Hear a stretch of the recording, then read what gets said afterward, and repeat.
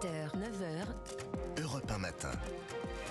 Il est 7h12 dans Europe 1 matin. Dimitri Pavlenko, vous recevez le médecin et professeur de santé publique Loïc Josserand. Bonjour Loïc Josserand. Bonjour. Bienvenue sur Europe 1. Vous êtes aussi le président de l'Alliance contre le tabac. C'est à ce titre que ce matin vous êtes avec nous. Alors que le prix des cigarettes vient d'augmenter au 1er mai, un nouveau plan national de lutte contre le tabac arrive. Le ministre de la Santé François Braun l'a confirmé hier matin en insistant sur une disposition particulière. Il souhaiterait l'interdiction des puffs, ces petites cigarettes électroniques jetables. On va en parler, mais d'abord sur l'ambition générale de ce nouveau plan anti-tabac, Loïc Josserand, c'est celui que les enfants qui sont nés après 2014, c'est-à-dire les petits, ils ont 8-9 ans, ils auront 18 ans en 2032, et bien que ces enfants-là soient la première génération sans tabac. Est-ce que vous y croyez, Loïc Josserand ? On peut y croire s'il y a un courage politique derrière qui va le permettre.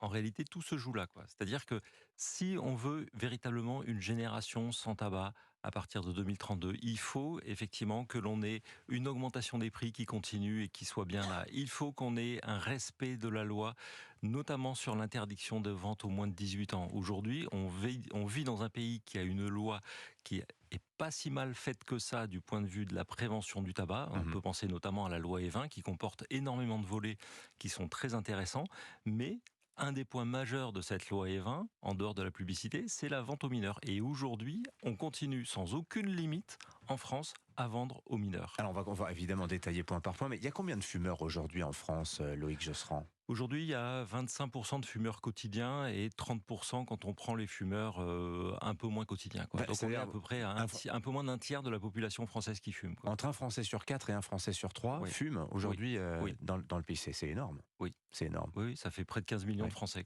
Et ça rapporte combien d'argent à l'État le tabac aujourd'hui ? Je pose cette question parce qu'on interroge toujours, évidemment, la volonté réelle des pouvoirs publics. Oui, non, mais il faut bien voir que le tabac appauvrit l'État. Faut pas imaginer qu'on gagne de l'argent puisque le tabac, ça rapporte, à peu près 15 milliards d'euros de taxes par an. Ce qui peut paraître énorme. Mais à côté de ça, ça en coûte entre 25 et 30 milliards, ne serait-ce que sur la partie sanitaire, donc les soins, la prise en charge des cancers, des problèmes cardiovasculaires. Et puis quand on va un peu plus loin et qu'on regarde le coût social complet du tabac, c'est-à-dire quand on monétarise les années de vie perdues, les gens qu'on a formés et qui décèdent trop tôt, le kérosène qu'on va mettre dans les avions pour aller éteindre les incendies de forêt, l'incendie de Notre-Dame, on arrive à 120 milliards d'euros par an. L'incendie de Notre-Dame, vous l'imputez à une cigarette C'est ce qui a été dit en tout cas.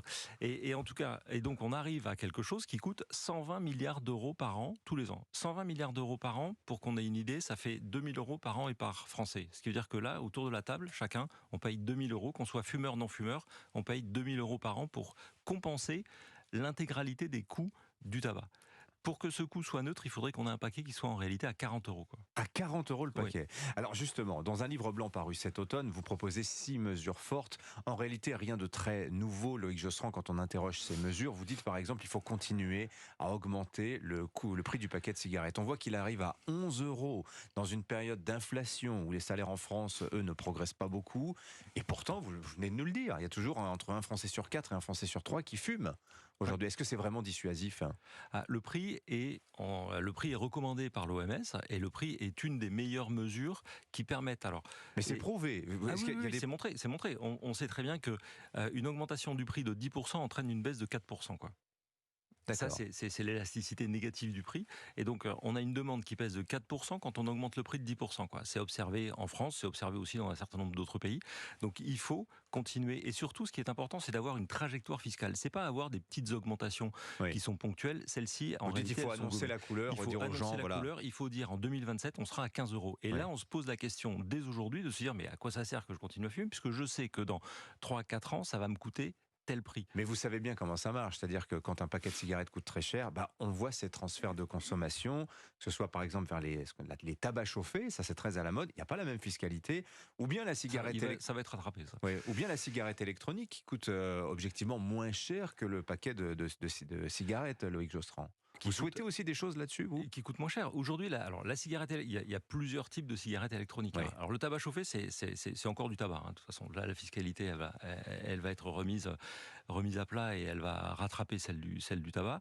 Mais donc là, on est vraiment sur un produit à part qui est du tabac, ni plus ni moins. La cigarette électronique, on n'est plus sur le tabac. C'est encore autre chose, quoi. Alors là, il y a un sacré débat. Hein. Et donc là, il y a un sacré débat. Parce que les tabacologues vous disent ça permet d'arrêter. J'ai aucun problème avec ça. Oui. La cigarette électronique est effectivement un outil de sevrage qui peut être tout à fait intéressant et qui peut, bien encadré, avec une durée dans le temps, qui peut tout à fait être utile aux fumeurs qui souhaitent s'arrêter. Ça fait partie, aujourd'hui, c'est vrai, de l'arsenal thérapeutique pour arrêter de fumer. La substitution nicotinique, la e-cigarette, il n'y a pas de problème. Ça, c'est tout à fait clair.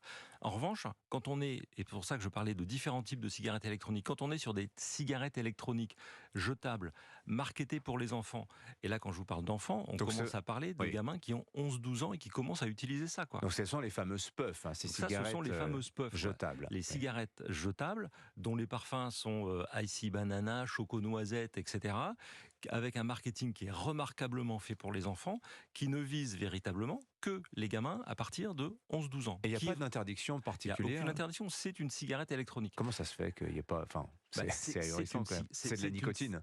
Oui, mais c'est une cigarette électronique. Et aujourd'hui, la cigarette électronique rentre dans la catégorie des autres produits du tabac, qui est légale sur le marché français. D'accord. Donc de toute façon, rien a priori ne peut permettre de l'interdire. Donc là, il faut changer la réglementation. Il faut changer la réglementation et il faut interdire ces produits à usage unique qui amènent les gamins vers le tabagisme, et ça a été montré, c'est une porte d'entrée.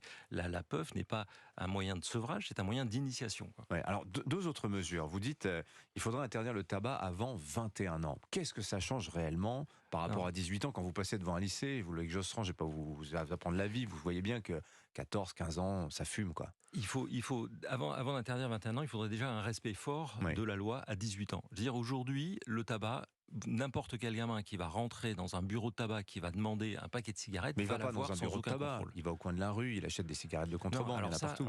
Il faut peut-être être un peu plus rigoureux effectivement sur ces-là et avoir un peu plus de contrôle. Il faut aussi bien avoir en tête que il y a une forme de chimère qui revient régulièrement autour de cette contrebande. Santé publique France a travaillé sur le sujet et a très bien montré qu'entre 2014 et 2021, la part du tabac acheté dans les buralistes est restée stable, quelle que soit l'augmentation des prix et quelle que soit l'évolution de la réglementation. On est à 80% du tabac en France qui est acheté de façon normale dans un bureau de tabac. Le reste, la part reste également stable. On a 15% qui est acheté, c'est vrai, en transfrontalier, mais là, ça ne concerne que quelques régions en France. Et le reste, le marché illicite, c'est moins de 1%. Donc on nous en rabat les oreilles à longueur de journée du risque du marché, du contrebande, etc. etc. En réalité, c'est peanuts. C'est moins de 1% de ce qui est vendu en France. Donc l'augmentation de prix n'entraîne pas une augmentation de la contrebande ni du marché illicite. Merci beaucoup Loïc Josserand d'être venu nous voir ce matin sur Europe 1. Je rappelle que vous êtes le président de l'Alliance contre le tabac pour parler de ce plan national de lutte contre le tabac, un nouveau qui arrive d'ici la fin de l'année. Bonne journée à vous.